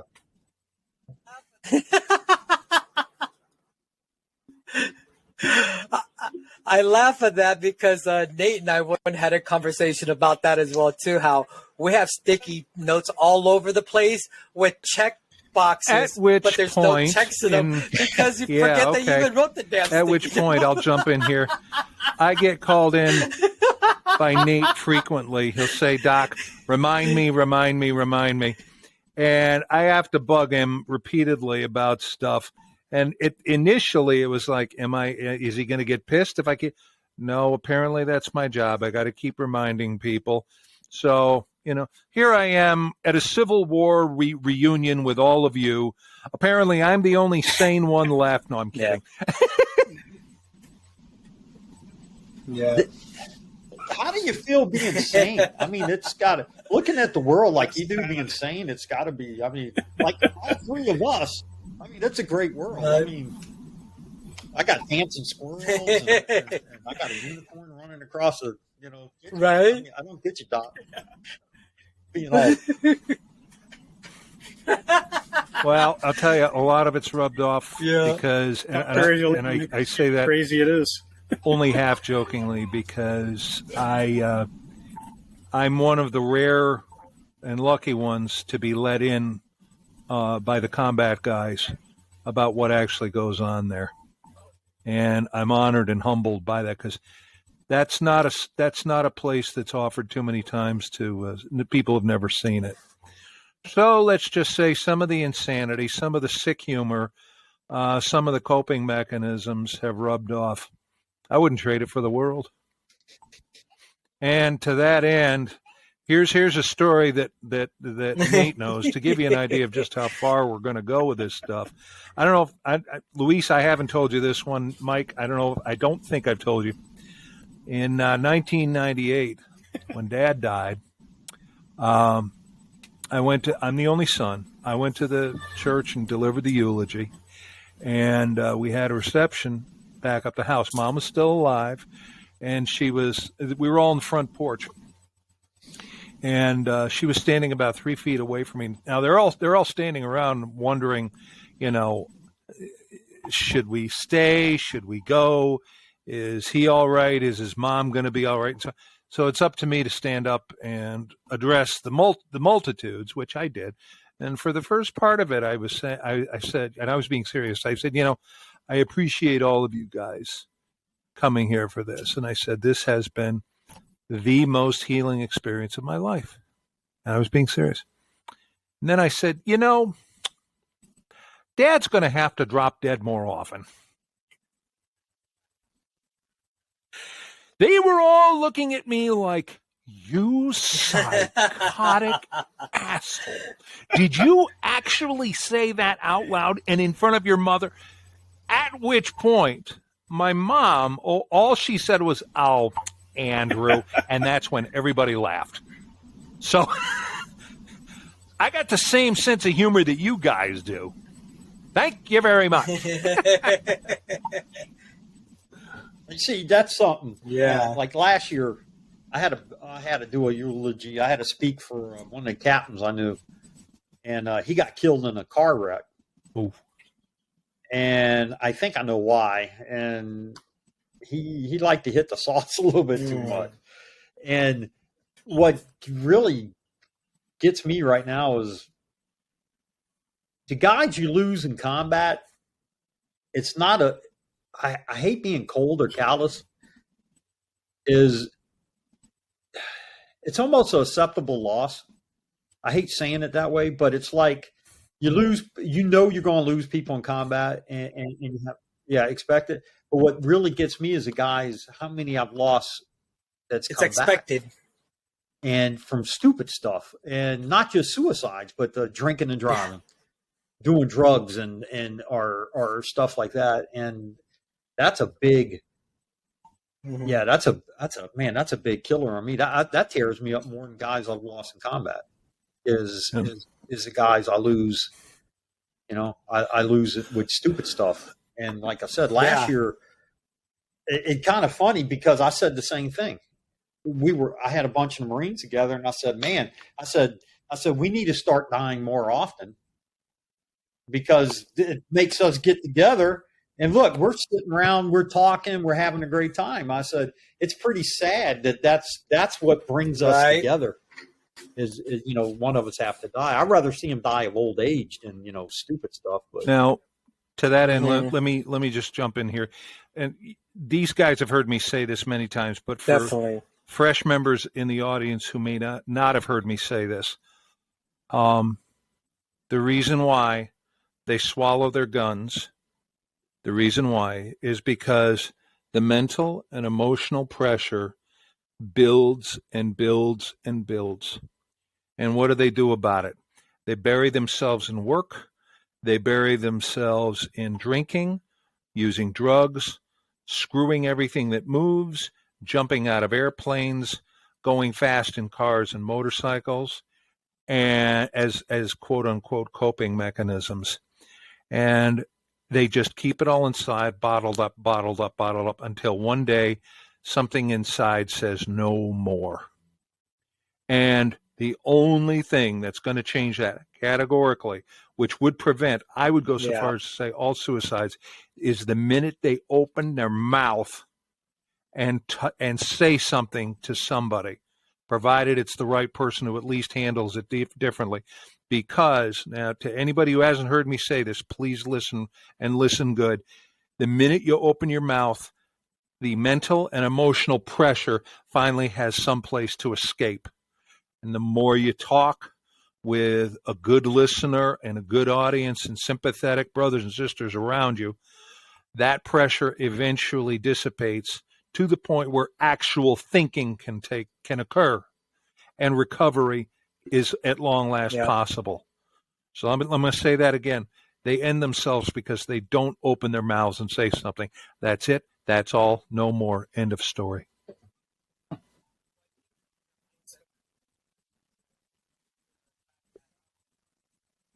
Well, I think something that Mike said earlier too, to back that up was, he had said something about accepting, retirement and whatnot is, and we've said this before on this podcast, is that acceptance of what you're dealing with, of who you are now, right? Whether you're a Marine or now you're a civilian, and also accepting the fact that, hey, whether you deal with, TBIs, PTSD, Mike, I know you don't like that term as much, but, it is a medical diagnosis, right? Anxiety, depression, schizophrenia, dementia, doesn't matter what it is, right? It's when you finally accept it, that brutal honesty of, hey, I'm no longer a Marine. I'm no longer a Navy corpsman. I'm a civilian now. And, hey, I'm hurting, so I need to go talk to someone, even if it's just a buddy. I feel that buddy, that peer-to-peer, what I used to tell junior sailors, peer-to-peer mentorship has a lot bigger effect than mentorship from a leader, because that peer-to-peer mentorship, you're close. You've already have related so much. You're living in the barracks together, right? Let's say some Lance Corporals. You're living in the barracks together. Find that sharp Lance Corporal that has a uniform squared away all the time, is at work on all the time, and follow their lead, right? And same with mental health, right? Find those people that aren't afraid to talk about, their life, because I feel the more and more I hear people talk about their story, the more and more it just reiterates to me that I'm not alone. There's 9 billion people in this world. There's no way that I'm the one only thing that one I've heard from that everybody suffers who's with all of this shit. participated with us, they all say the same thing. They experience a sense of relief that they can open their mouths and do this, and that's why we're so grateful to all of our guests. But also, they spread it around, and what happens is what we're doing here, what you guys are doing. Mike, you're the guest tonight. You're disclosing, and disclosure breeds more disclosure. Discussions create more discussions, and metaphorically speaking, the big white elephant in the room gets smaller and smaller and smaller, and the sense of community builds, which is exactly what this podcast is all about. Mm-hmm. Yeah, you got to have Yeah, definitely. No, go ahead. You know, Doc Barry, you, go ahead, Mike. I was just going to say that he tied that up really well, because as much as we talk about, you know, putting the onus on the individual to find people to talk to, and because we do need to talk about it, there's still something that the rest of us need to get better at. And I think part of it's because we don't see it in the same way. But I like to remind people when they see somebody withdrawing, they haven't heard from somebody in a long time, or they just seem like they're just down all the time. I like to equate that to that's a Marine that's fallen out on the hump, right? When you see a Marine who looks like he's starting to fall out, we don't just walk by and look at him. You know, we either grab him and take him along with us, yep, or we tell him, "Hey, hook onto my pack, and I'll pull you." You know, the rest of the way. We've got to be able to recognize that, and then hold on to that Marine until he can keep up again. Yeah, and then once he's with us, then he can start talking again. Mm-hmm. But I think on the other end is I've seen this before where you have an individual that's trying to reach out to somebody, and the person they're reaching out to, they don't want to get their hands dirty with it, and they make excuses up. We have to be our brother's keepers, and we have to be willing to be on that phone at 2:00 in the morning with these guys. We have to be the one to sit down with them and let them vent, let them get, like Doc says, they got to get that pressure out. We have to be the ones to do that. If we don't take the responsibility to be receptive like that, we're a guilty party. We're a guilty party to part of their problems.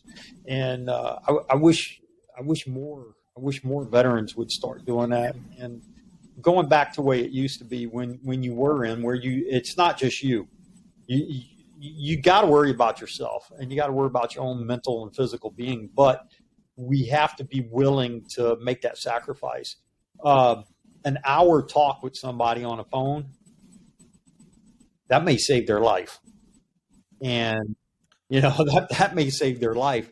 Yeah, it may be inconvenient. You may be tired. You may want to go to sleep, or you don't want to hear the same old stories over and over. But that might be that ticket that keeps them alive. And we have to accept that responsibility, and we got to take care of people like that instead of just pushing them off.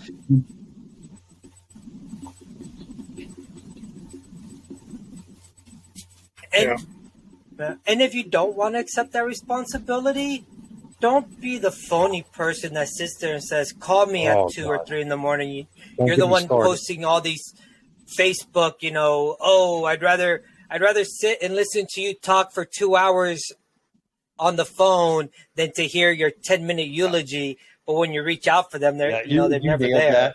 You know, you have to be genuine about wanting to be there for your brothers. You know, they post up. One of the greatest. I'd rather. It's exactly what you're talking about, and then I'll call them and say, "Hey, man, I got a veteran in your area. He needs somebody to talk to." "Oh, I ain't got time for that, man. I don't want to deal with that." And I'm like, "Then, damn, man, stop being a. I hate fakes. I hate fake people." Yeah. God. Yeah. Yeah. You know, one of the best things that I think has saved my life after because I did have a suicide attempt in 2018, and I got on Facebook, and it was me and it's about another 15 of my Marines that I served in Iraq with in 2003, and told them about everything that was going on, that I had to quit drinking, my suicide attempt. One of my Marines looked straight in the camera, and Matthew Beavers, and man, he was also my guest speaker for my retirement ceremony, because not just because of this, but one of the main reasons is he told me, he looked in the camera and said, "Hey, Doc, on March 23rd in the Battle of Al-Nasiriyah, were you the only motherfucker out there?" I said, "Of course not. You guys are all with me." He goes, "So why the fuck are you fighting this battle by yourself? We're here for you." And that to me was the most, when you want, I never understood the expression when people said when a weight is really lifted off of your soul, off of your shoulders. I felt like I could finally take that medical bag off. I could finally take that, our humping pack off and take off the doc uniform and just be like, all right, guys, well, here I am. I'm hurting and I don't know where, I don't know where to go. And they were like, and that's okay. You don't need to know where to go. You're talking to us. You're finally telling us, coming to us for help by us coming to you for help. And that was so empowering. Yeah, that was so empowering for me to know that my Marine brothers that I served with 20 years ago, almost, right? It was 15 years ago from the Battle of Al Nazariya, we're still sitting there saying, Doc, just like we had your 6 out there in Iraq. A while ago, I was having a conversation here, with we're here for you. another combat so Marine man. I've known for a number of years. And in typical old school jarhead manner, he said, wow, with that impeccable thick New York City accent, he said, Doc, I hate to ask for help. And I said, oh, okay. I got a question for you. And like you, he answers all questions about combat like you guys. I said, if you're out in the dunes and you know the shit's coming over the hill in about 5 minutes, you don't have any ordnance and your weapon's jammed, but you got a working radio, what's the first thing you're going to do? And he said, well, the first thing I'm going to do is grab that radio. And then he looks at me and he says, you son of a bitch. And I said, you mean you're going to ask for help? And he goes, fuck you, Doc. Yeah, you made your point. And he's taken it and he's run with that. He's used that exact same story on all of his jugheads. And it's true. There is no difference. It just now here's an idea I have for you guys that I've been working on for a while. In that coming home, even though there's no ordnance, we could say that for many, the war still rages on. And so just because there's no ordnance doesn't mean that you don't ask for help, because there's no enemy on the external. The enemy is within. And that's the biggest bastard of them all. So we have to be on hand to help each other out with it. Yeah. The calmest I ever been in firefights is when I have that radio, because no matter what's happening, I can make one radio call. I can have fast movers in. I can have supporting arms in. I could have a QRF in. I could have a battalion come up and pull me out of there. Mm-hmm. And that's really good, because it's funny that the same ones who will ask, who will get on the radio and want B-52s to come in and do an arc light for them because they're getting one rifleman shooting at them across a field someplace, are the same ones who will not pick up the phone and ask for help from one of their buddies. And so it's our job to call them on it every chance we get. Yeah. I'm going to use that. That's really good. Yeah. Well, it's crazy because one thing I like to say, sorry, Nate, is if you had cancer and you didn't have a ride to go get your treatment, your chemotherapy treatment, it's not like you're just gonna sit at home and be like, well, fuck it, I guess I'll just die of cancer. No, you're gonna call probably everyone you know, go knock on your neighbor's door and say, hey, I need to go down and get my chemotherapy or, my radiation treatment so I don't die from cancer. But yet, it's the stigma that goes along with it. You're somehow weak. I can't bother anyone else with that. I don't buy that for an instant. It's... Yeah. No. I'd say we've got to be able to recognize, though, when that person's gone down to the point where they can no longer help themselves. I mean, True. I agree. True. There was a time frame when they were able to and might not have, but there are a lot of guys who get to the point where they're no longer able to even do that for themselves. And then the only ones that got left is us to pull them back up. But yeah, if we can talk them into doing something about it beforehand when they're still there, certainly you're definitely right, Luis. Yeah, and I think, as we get older in the generation, that's why, as you gentlemen, Doc, Barry, and Nate know, I run my own separate non-profit foundation and podcast. And one thing we're going to try to focus on next is the teen population. Because I feel like we can start giving teenagers the proper tools. I'm sure some of y'all don't listen to the hardcore rap that I do, right? But an artist once said, and don't quote me verbatim, he said they taught me biology and geometry, but not how to deal with anxiety, right? And that's one thing we don't teach our teenagers is how to deal with all these emotions that they're going through puberty and then having to grow up. Two things. Mental health needs to be made the rule and not the exception. And discussions need to start a hell of a lot earlier than they are now. Yeah. Which is what we are doing. Yep. And it's, at least speaking just for me, my fondest wish for this podcast and Two Docs and a Grunt is we see 21 go down to 21, then 20, then 19, then 18, until it goes at long last down to 0. Yeah, and what's good about this podcast is you're doing a broad spectrum shot out there with this, and it's going. One person may click on this out of curiosity, said, "Man, I'm having a rough time. Let's see what these bozos say." And they start listening. They'll be like, "Well, crap, man, I'm not alone. Right? I'm not alone." So these podcasts like this, I think they're good because a lot of guys don't want to ask for help, and they don't want to ask for help, and this is a way of helping them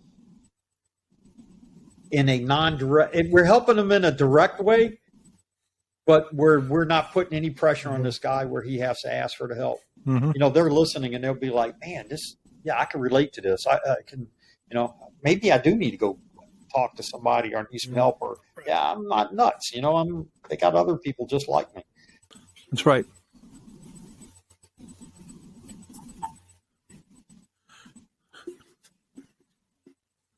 It takes away the loneliness. It takes away the isolation, and it makes it acceptable to discuss emotional anguish. And not for nothing, from what I've seen in my consulting room, I'll use the phrase, very large numbers of people who go into the service come from childhoods of immense difficulty. Sometimes there's drugs, sometimes there's alcoholism, there's physical abuse, there's sexual abuse, there's neglect, there's one parent being stretched to the gills with 4, 5, 6 kids, etc., etc. So these folks who already have, shall we say, conflicted relationships with people in positions of authority and are emotionally a lot younger than their years because of trauma, then they go into the military. Can you see how that might stack the deck against them? I sure can. Well, that's why they do so good in the military. That's why they do so good, is because they get in, now they're put into that family group. They have somebody in charge of them. They have somebody telling them what to do. And they understand that, man, if I just follow these rules, life is happy. And they get into that family. And that's why a lot of them have problems when they get out, because they're in that tight knit family. Then you pull them out, you throw them out. Now they're on their own. Right. They have no support. Mm-hmm. Right. But I think that also comes down to the leadership that leads those group of men and women. I mean, there's a reason why in 22 years, you'll have some leadership say, no, Fonseca was the greatest corpsman and he should have been a chief and senior chief and master chief. And then there's some that just look at a piece of paper and like, no, he was a drunk for, Out of 22 years, 17 years, all he was a drunk. But the times that I wasn't in trouble, I can attest it. It was because I had great leaders that their part of their foundation was reminding all of us that we're all human beings. You know, we all have feelings. We all have a worth. We all have value. Those are the ones that help people that come from homes where very authoritative. My dad was in the Army for 22 years, you know, so Vietnam era guy. So you can, you know, very authoritative, even though he didn't serve in Vietnam. He came in 72, 73. So all of his drill instructors was in the Army, drill sergeants, right? We're all Vietnam guys, you know, so I came in, and I still to this day at 42 years old have an issue with people authority. telling me what to do. You know, if the lights turn on, I'm like, I hate. don't you guys have someone better to pull over than me that I was only going to? You tell me what to do, I shut off. Yeah, I don't know why. too. You know? I do too. The same way, man. And my wife sees it too. She's like, babe, I need you to do this. And I'm like, okay. She's like, honey, I just need you. I'm like, I know, baby. You know how it is, you know. Especially when it's not clear that they know what they're doing. Uh-huh. Now that's something. And I don't know why. Like, I hate is being on time for things I now will too. break traffic laws. I would do everything so I could be there. If I'm on time, I'm late. You know, like if you got a friend throwing they say, "Hey man, be here at 7 at night." I show up at 6:30. They ain't even dressed. They ain't even got food out. Or nothing. You still have that in you? I'm hitting the watch. Hey. So I'm trying to do that. I'm trying to get that mentality where I'm just like, you know, whatever. I'm getting to the point now. I got to ask what day it is of the week. What day is it? And my wife's like, does it really matter? I mean, for us, does it matter? A Saturday's the same as a Wednesday. Yeah. That's hilarious. Right. Yep. You know, I just remember you were saying something earlier, Mike, about this podcast doing for people. And what I was going to say was that I never would have thought, I mean, I know what we're intending to do with it, and it's nice to see it happening. But what I didn't expect to happen was to have one guest then go tell another person who then becomes a guest. Then it goes and tells another person who knows those other people too. And now it's showing up within the chat. And I thought, you know, in my head, I guess guests would come on, they'd do their thing, and then they'd leave, and we wouldn't see them again until we called them back. And to see them in here in the chat, listening in, and especially when they know the other people on here, it's already blowing me away. And the number of, we've got only 2 YouTube videos up so far, and those 2 videos have almost 400 views. Well, those two videos, I've watched them probably about 4 times. It's crazy to me to see it happening that fast. So and Thank you. I just sit there and I just watch it, and I'm like, yeah. And it's what I really like about it is it helping me? I don't know if it's helping me or not, but I'm listening to it and I'm like, damn, I can relate to this. Yeah, I understand where they're coming from. Man, this is giving me some good ammunition if I need to talk to somebody. Because I just heard somebody talk about they'd had this experience. This is how they dealt with it. This is how they felt. Okay, so yeah, I got this. I can use. I use it almost. It's a tool in my. Believe it or not, the 2 videos I use them as a tool in my toolbox, helping other people because it's real. Thank you. Wow. This one, people are going to be like, what a "Oh compliment. Lord, have mercy, What a man! compliment. They need to get rid of this old guy."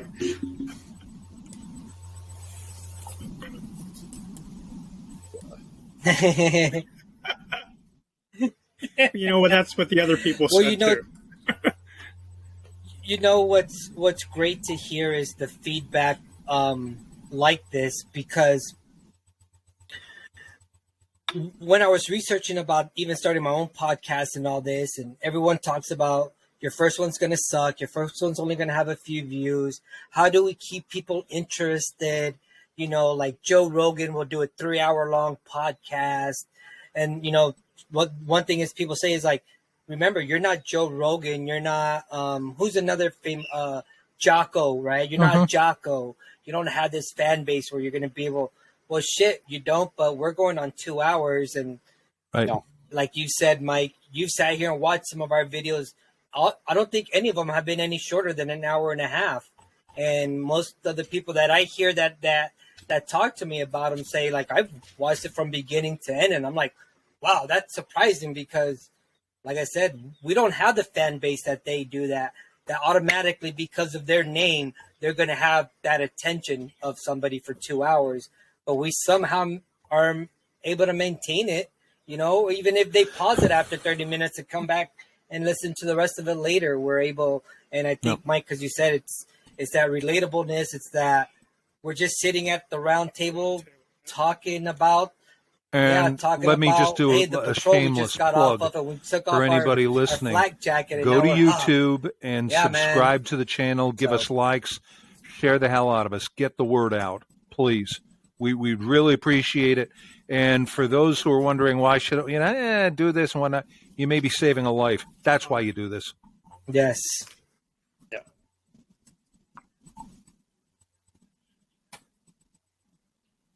Mm-hmm. Yep. There's some veteran, there's some person, not even a veteran, there's someone out there that truly feels alone in this world, that no one can understand what they're going through. And I agree. I've said this on other podcasts. You send 150 men and women into combat, you're going to get 150 different processes and 150 different responses. But you're all going to have that one relatable thing, right? And so, absolutely, I will never compare my traumas to anyone else, but I know what it's like to live with trauma. I know what it's like to drink myself stupid every night. I know what it's like to put a gun to my head and actually pull the trigger and be a survivor and still be here to tell my story, right? Nate, Doc, Barry, Mike, we all have something to give to somebody that sits in silence because they feel that no one understands or can relate. You're absolutely right.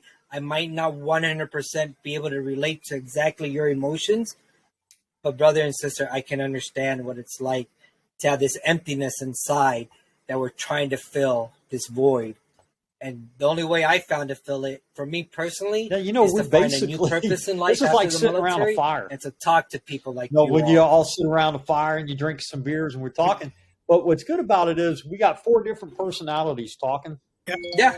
So whoever's listening, one of us may hit home with one person, even if it's not 100%, just partial. And that might be like Doc was saying, that might be that saving grace that that may be the one they're like, man, I can relate to that one guy, So it's good getting. I like this. Like I said, I really like it because you get different people on here. Mm-hmm. You talk. You don't know where the conversation's on go. It goes different ways, and it's honest. Because most vets that do podcasts, let me guess, I was special operations, and I killed Bin Laden, and I'm the world's greatest strategist now, and I'm going to talk about all this crazy.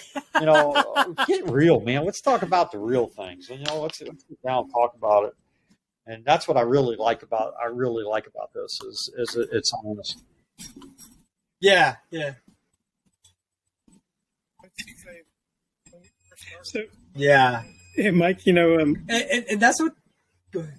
I was just going to say, when we first started this, it wasn't called Two Docs and a Grunt.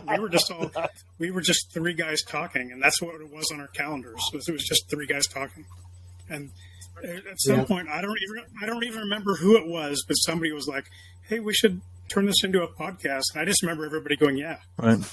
And that's where it came out of. So it makes me happy to hear. But the only thing I don't like, because the part I don't like is I got Doc Barry and I got Doc. Okay, so it's real hard for me. You're easy, Nate. You're easy, but the 2 Docs, I'm like, it's messing me up because I don't know. Well, don't call you Dr. Barry, and then I call you Doc, or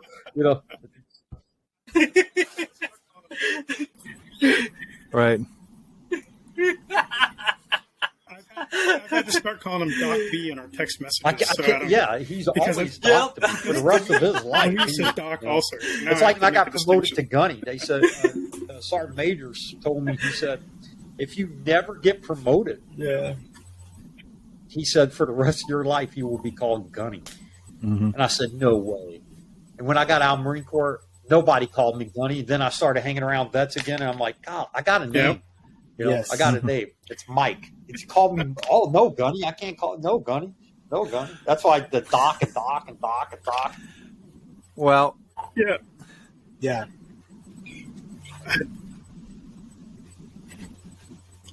Yeah. Well, you know, it's funny that you mentioned that too, because my junior sailors still call me up and, hey, HM1, I need some advice on this. The junior ones, right? But the ones that I laugh at even more are the ones that, because they didn't get in trouble, so they became H1s and were peers, and now they're chiefs or senior chiefs, and they're like, hey, HM1, I need some advice on this. And I'm like, dude, you're the fucking chief now, man. I'm out. Like, but you know, I came to find out I don't correct junior sailors and say, hey, call me Luis. HM1 is he's long gone. I don't, because a junior sailor put it to me clear as day. Like, you don't understand. Well, you'll always be HM1 to me. That yeah, exactly. You know, it's the ones that we call, you know, Luis or Mike, not, you know, or Johnny or whatever, once they retire, right before they're retiring or they get out, is because it's not that they lost that respect. It's just we might have earned a little bit more of a respect for whatever reason, right? For whatever reason. And they see and so exactly. So now I pridefully, when they, you know, on Facebook, they're like HM1 this, HM1 that, or they'll call me up, hey, HM1, that 2:00 in the morning phone call. Hey, HM1, we got a junior sailor here talking about this, and this. The first thought, and these two guys are going to laugh because they hear me say it all the time. My first thought is, why aren't you calling your leadership? Uncle HM1? Then right away I remember, oh yeah, because I know who your leadership is. Uncle Gunny, that's the one I'm really proud of. I got Marines, you know, they introduced me, you know, to the kids. Oh, this is Uncle Gunny. Uncle Gunny. Hi, Uncle Gunny. Yeah.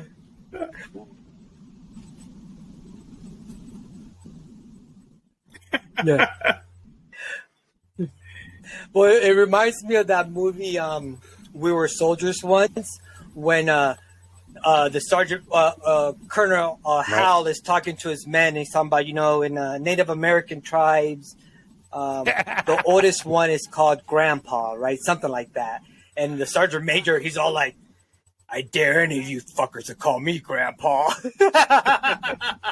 Yeah, that's...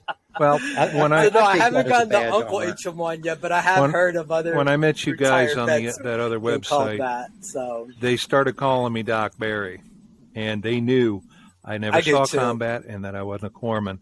And a gunny such as yourself, Mike, explained to me one day what that nickname means, and I like my nickname even more than my given name, and my parents are flipping over in the grave to hear me say that.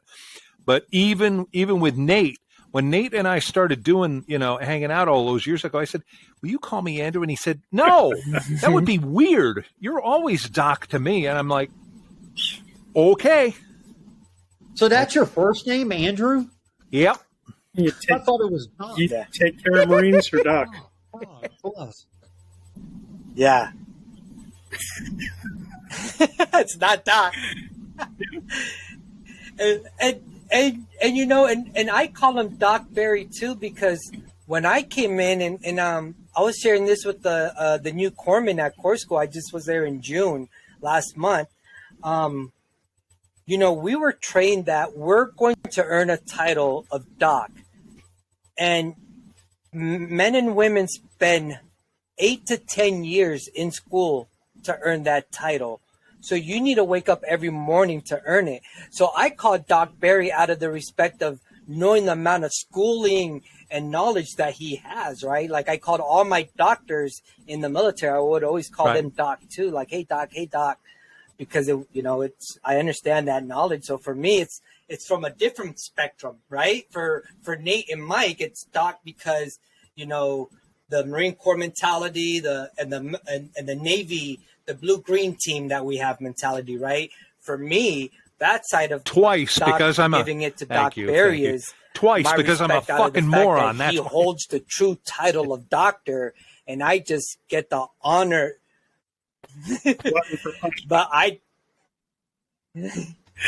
But you know, and I give him that respect because he, in my eyes, allows me to carry a title that he worked really hard scholastically to earn, and I just happen to work hard on that title. Anyway, I just got it's in great the to chat hear the there. two Luis different has sides of informed respect us of why we that call Doc Barry Doc. Phoenix, the 4-year-old, is eating the fingers off Luis's hand right now. He's very good at covering up the pain, but the child needs to be fed, as does the dog, as does everybody else, as well as tending to other domestic joys. Green crayons.